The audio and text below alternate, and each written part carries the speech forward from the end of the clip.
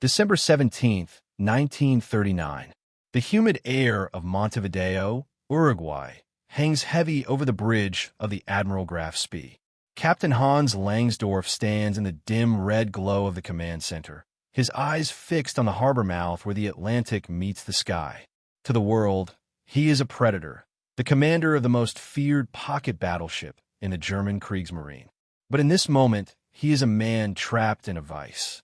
Outside the territorial waters, he believes a wall of British steel is waiting for him. Inside the harbor, the clock is ticking. International law gives him a deadline, and the Uruguayan government is refusing to budge. He looks at his watch, then down at his hands. He has roughly 16 hours of engine power left before his fuel system fails entirely. He is facing the ultimate moral dilemma of a naval officer: sail his 1,200 men into a certain slaughter to satisfy the pride of the Third Reich, or commit the ultimate act of professional heresy, destroying his own ship to save his crew. The Admiral Graf Spee was an engineering marvel designed to break the world's rules. Following the Treaty of Versailles, Germany was forbidden from building massive warships, so they turned to creative accounting and high-tech efficiency. By using all-welded hulls instead of heavy rivets and massive diesel engines instead of steam turbines, they created a ship that was lighter and faster than a battleship, but carried 11-inch guns that could pulverize any cruiser. Her design philosophy was simple: outrun anything you can outfight, and outfight anything you can outrun. For 3 months, Langsdorff had used this advantage to terrorize the South Atlantic, sinking 9 merchant ships without losing a single one of his own men or killing a single prisoner. He was a gentleman raider, a man of the old school operating in a new, total war. But that streak of luck ended when he crossed paths with Commodore Henry Harwood's hunting group near the River Plate. The battle that brought him here was a masterclass in tactical aggression. Despite being outgunned, the British cruisers Exeter, Ajax, and Achilles attacked with the ferocity of terriers. Langsdorff's heavy guns hammered the Exeter, turning her into a floating wreck and forcing her to withdraw. However, the smaller British ships managed to score critical hits that didn't sink the Graf Spee, but crippled her. A shell tore through the ship's galley and, more importantly, shattered the fuel processing system.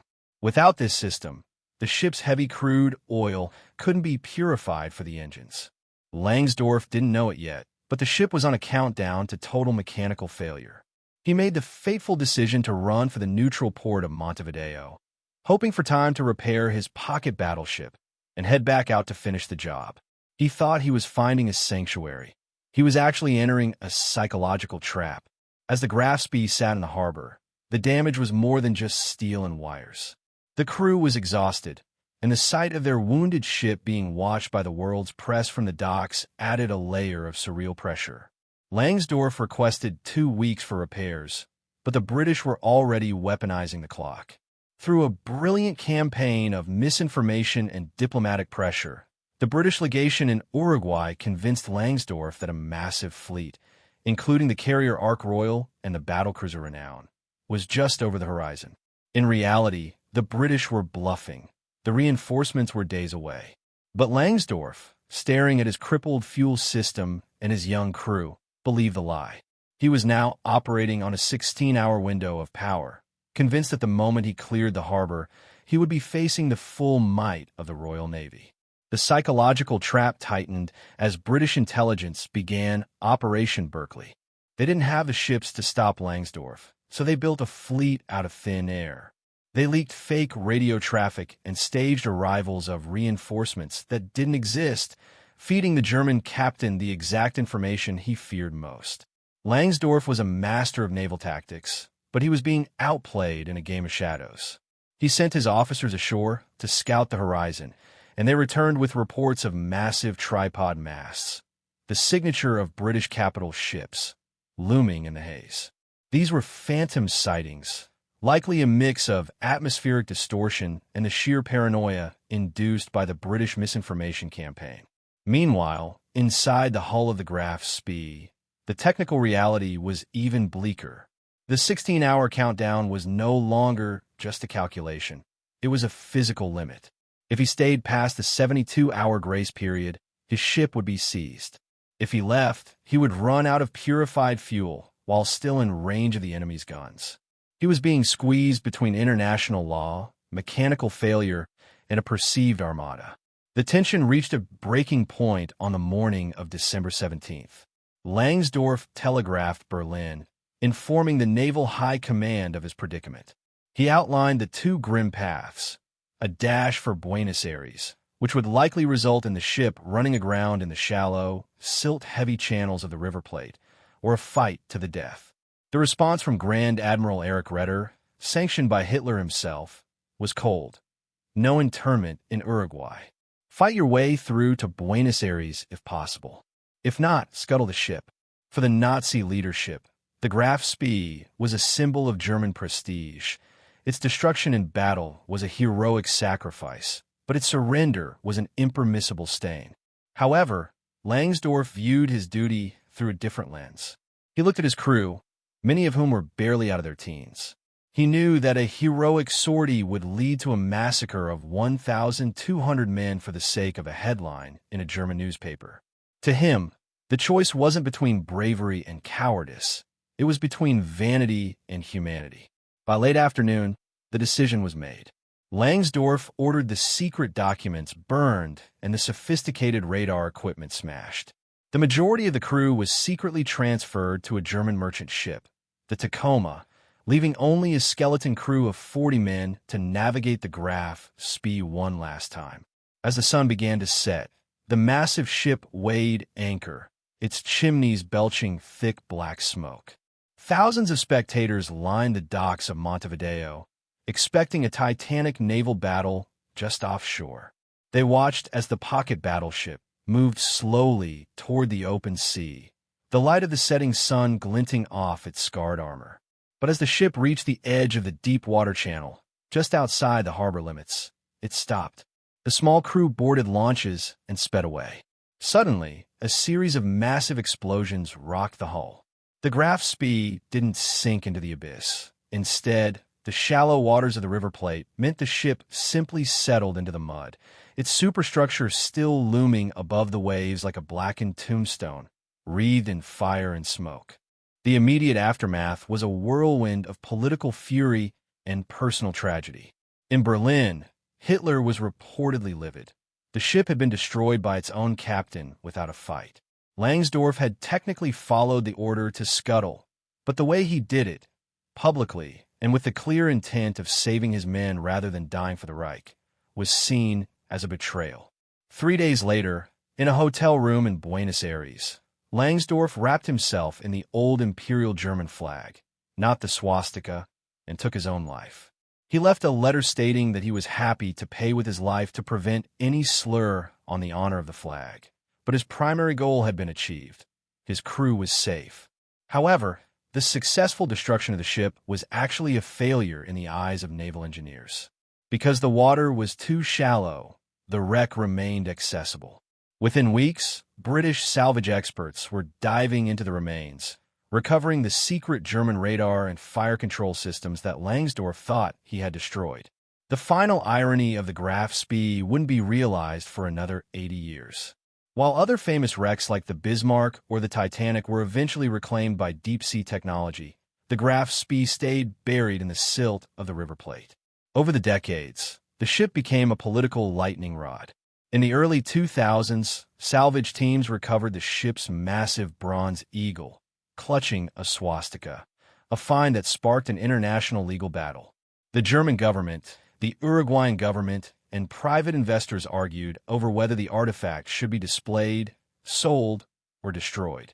Ultimately, the courts ruled that it must remain hidden from the public to avoid becoming a neo-Nazi shrine. The captain had destroyed his ship to save his men from a war of steel, but almost a century later, the ship remained a prisoner of a war of symbols.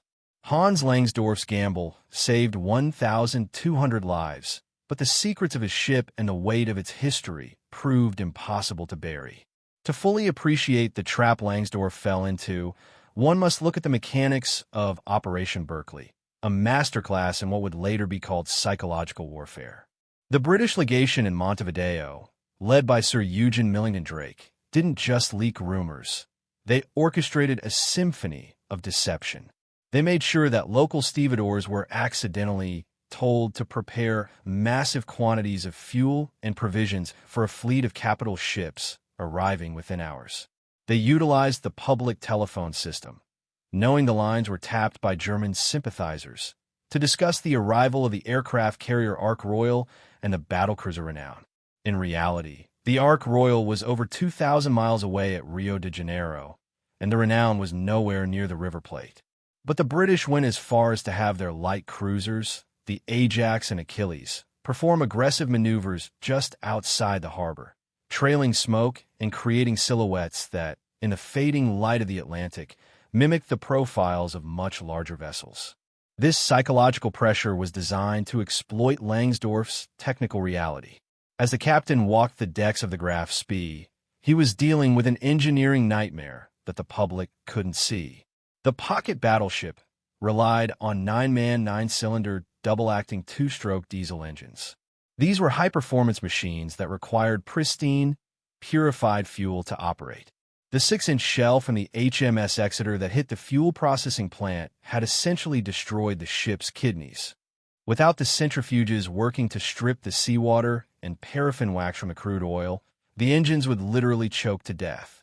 Langsdorff's chief engineer had given him a grim diagnosis. The ship could manage a burst of speed for a breakout, but once the small supply of purified fuel sitting in the service tanks was gone, they would be dead in the water. To Langsdorff, the British bluff wasn't just a threat of superior firepower, it was a threat of time. He believed he would be forced into a long, grueling chase against a superior fleet while his own engines were on a 16-hour suicide countdown. When the explosions finally tore through the Graf Spee at 7:52 p.m. on December 17th, Langsdorff believed he had successfully denied the British his ship's greatest secrets. The Graf Spee was equipped with a SeaTac radar, a sophisticated early warning system that gave German raiders a massive advantage in the open ocean. Before the scuttling, Langsdorff ordered his technicians to smash the CRT displays and the antenna arrays with sledgehammers. However, the captain was a sailor, not a demolition expert. Because the water in the River Plate was only about 25 to 30 feet deep, the ship didn't capsize or shatter. It simply sat down on the muddy bottom. The internal explosions destroyed the engines and the main magazines, but the superstructure, including the vital radar and fire control towers, remained stubbornly above the waterline.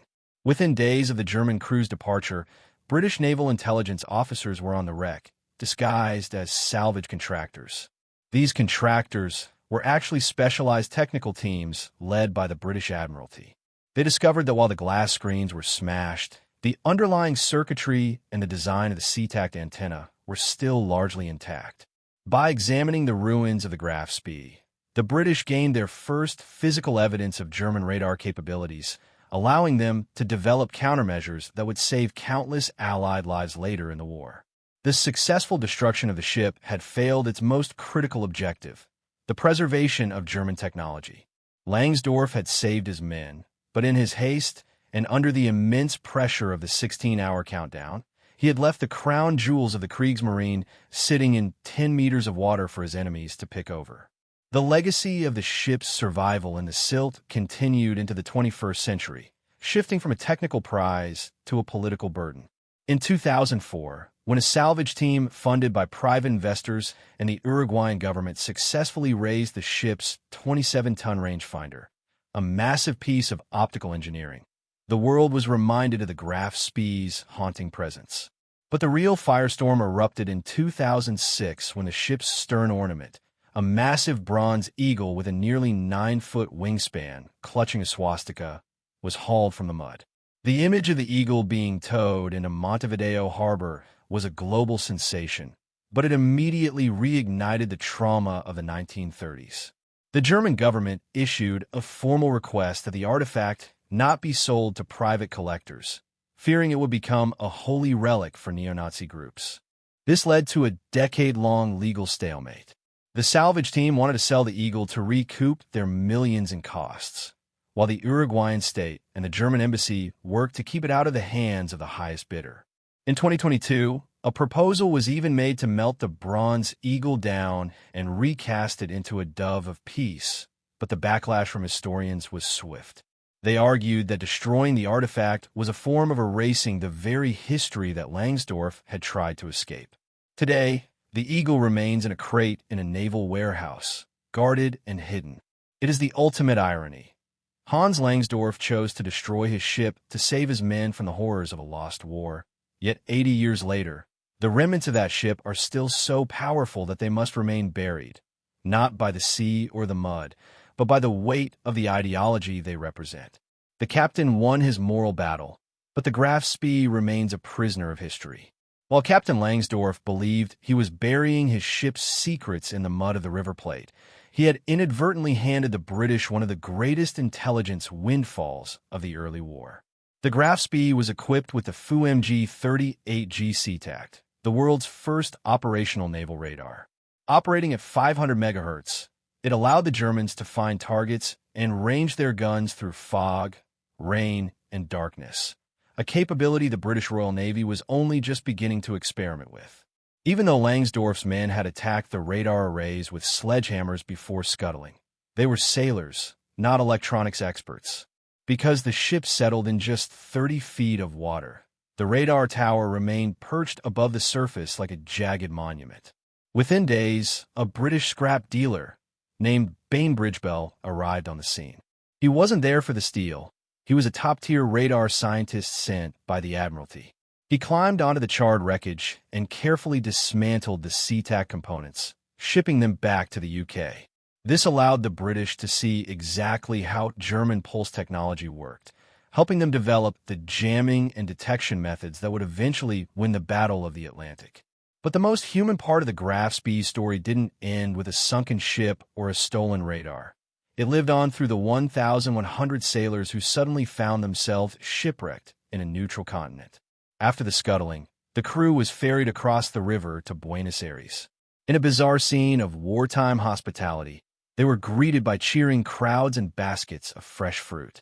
Argentina was technically neutral but leaned heavily toward the Axis, and the government initially treated the sailors more like visiting celebrities than prisoners of war. However, as the global conflict escalated, the internment became more real. The crew was split up and sent to various inland provinces like Córdoba and Mendoza to prevent them from slipping back to Germany to rejoin the fight. Some, like the ship's navigator Paul Asher, did manage to escape, making a perilous journey across the Andes and back to Europe, only to find a watery grave later on the Bismarck. For the majority who stayed, life took an unexpected turn. In small Argentine towns like Capilla Vieja, the German sailors built their own houses, started small businesses, and integrated into the local culture. They were young men in their prime, far away from the frozen trenches of the Eastern Front or the firebombing of German cities. Over the 6 years of the war, many of them fell in love with local women. When 1946 arrived and the Allied forces demanded their repatriation to a ruined Germany, nearly 200 of them chose to disappear into the vast Argentine countryside rather than leave. Even those who were forced to return often spent the next decade saving every pfennig to buy a boat ticket back to South America. By the 1950s, a thriving community of Graf Spee survivors had formed in Argentina, men who owed their lives, their families, and their peaceful retirements to a captain who chose to commit professional suicide to keep them alive. The story of the Graf Spee is ultimately a tragedy of timing. If Langsdorff had stayed out at sea for just 3 more days, the British wall of steel he feared would have actually arrived, and he would have died a hero in a battle he couldn't win. If he had scuttled in deeper water, his radar would have remained a mystery. But because he acted when he did, and where he did, he created a legacy that is still being debated 80 years later. He remains one of the few German commanders of the era to be honored by his former enemies. Today, the British and German veterans of the River Plate often hold joint memorials. They recognize that in the middle of a world-eating conflict, one man dared to prioritize the lives of his crew over the pride of a murderous regime. The ship is gone, the radar, is obsolete, and the Bronze Eagle is locked in a box. But 1,200 families exist today simply because Hans Langsdorff refused to let his men be the last casualties of a bluff. The legacy of the Graf Spee is not just written in the reports of the Admiralty or the ruins in the mud. It is written in the genealogy of thousands of people living today. To understand the weight of Langsdorff's decision, one must look at the grim mathematics of naval warfare in 1939. Had the Graf Spee sailed out to meet the perceived British fleet, the engagement would not have been a battle. It would have been an execution. The British cruisers Ajax and Achilles were already wounded, but they were fast. The Exeter was limping away, but the arrival of the heavy cruiser Cumberland, which actually did arrive just as the Graf Spee was preparing to scuttle, meant the British had fresh 8-inch guns ready to fire. In a high-seas chase with a failing fuel system, the Graf Spee would have eventually lost speed. One by one, her turrets would have been silenced, and her hull would have become a steel coffin for 1,200 men. By choosing to blow up the ship in the shallow silt, Langsdorff ensured that the sinking happened on his terms, at a depth where his men could simply walk away from the wreckage. The technical fallout of the scuttling changed the trajectory of the naval war in the Atlantic. When the British salvage teams, led by the astute civilian scientist and radar expert D.H. Priest, climbed onto the scorched remains of the Graf Spee, they were stunned by the sophistication of the German SeaTac radar. At the time, British radar was bulky and suffered from massive clutter near the surface of the water. The German system used a much higher frequency, which allowed for incredibly precise ranging.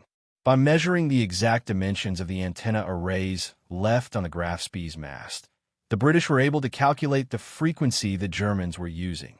This single piece of intelligence allowed the Royal Navy to develop the first primitive radar warning receivers. It meant that in future engagements, British ships would know exactly when a German raider was painting them with radar, allowing them to take evasive action before a single shell was even fired. Langsdorff's sacrifice to save his men inadvertently stripped the German Navy of its greatest technological invisibility cloak. As the years turned into decades, the wreck itself became a ghost that refused to rest. The River Plate is a volatile environment. The water is a thick, brown soup of silt and sediment carried down from the heart of South America.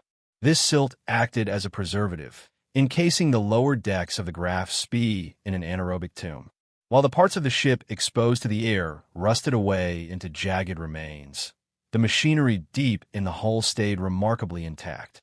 This created a siren call for salvers. In the late 1990s and early 2000s, a new generation of divers equipped with modern sonar and thermal imaging began to map the site. They didn't find a ship. They found a treasure trove of industrial history. They recovered everything from the ship's massive rangefinders to the personal effects of the sailors. Porcelain plates bearing the Kriegsmarine eagle, binoculars, and even unexploded 11-inch shells that still contained their original deadly cordite. The most controversial recovery, however, was the Bronze Eagle. When it was pulled from the water in February 2006, it was a moment of global tension. The Eagle, weighing nearly 400 kilograms and spanning almost 9 feet, was a potent symbol of a regime the world had spent millions of lives trying to destroy. The legal battle that followed was a microcosm of how we handled difficult history. The salvage team, led by Alfredo Echegaray, argued that it was a historical artifact that belonged in a museum. The German government, however, was terrified that the object would be bought by a private collector with extremist leanings. For nearly 20 years, the Eagle was shuffled between naval warehouses, kept under literal lock and key. It became a cursed object, too historically significant to destroy, but too politically radioactive to display. This echoed the fate of Langsdorff himself, a man who tried to do the right thing, but remained forever tied to a cause that the world could never forgive. In Argentina, the Spee men, as the survivors were known, lived out a life that felt like a surreal epilogue. In the village of Villa General Belgrano, the German influence is still visible today in the architecture and the festivals, a direct result of the sailors who chose to stay. These men were not the archetypal Nazis in hiding, often depicted in thrillers. They were technical specialists, machinists, electricians, and gunners, who had been caught in a war they didn't choose. They held annual reunions for decades, toasting to the old man, Langsdorff, with Argentine wine. They recognized the irony that their lives were the only part of the Graf Spee that truly survived. The ship's steel was eventually recycled or swallowed by the mud. Its secrets were stolen by British intelligence, and its symbols were locked in crates. But the 1,200 human lives Langsdorff saved went on to create 3 generations of descendants across South America and Europe. Ultimately, the story of the Admiral Graf Spee is a thriller with a hollow victory. Langsdorff's countdown ended not with a bang of battle, but with the quiet sound of a pistol shot in a lonely hotel room. He had successfully navigated the moral maze, choosing his men over his machines, but he couldn't navigate the shame he felt for betraying the naval traditions of his country. He died believing he had failed his duty as an officer, but history has been a much kinder judge. He is remembered not as the man who lost a battleship, but as the man who refused to be a butcher. In 2023, the Uruguayan government finally reached a consensus to move the ship's remaining artifacts into a dedicated memorial that focuses on the Battle of the River Plate as a moment of shared history rather than a celebration of war. The ship remains a prisoner of the silt, a massive, rusted reminder that in the face of impossible odds, the most courageous act isn't always to fight. Sometimes it's to stop.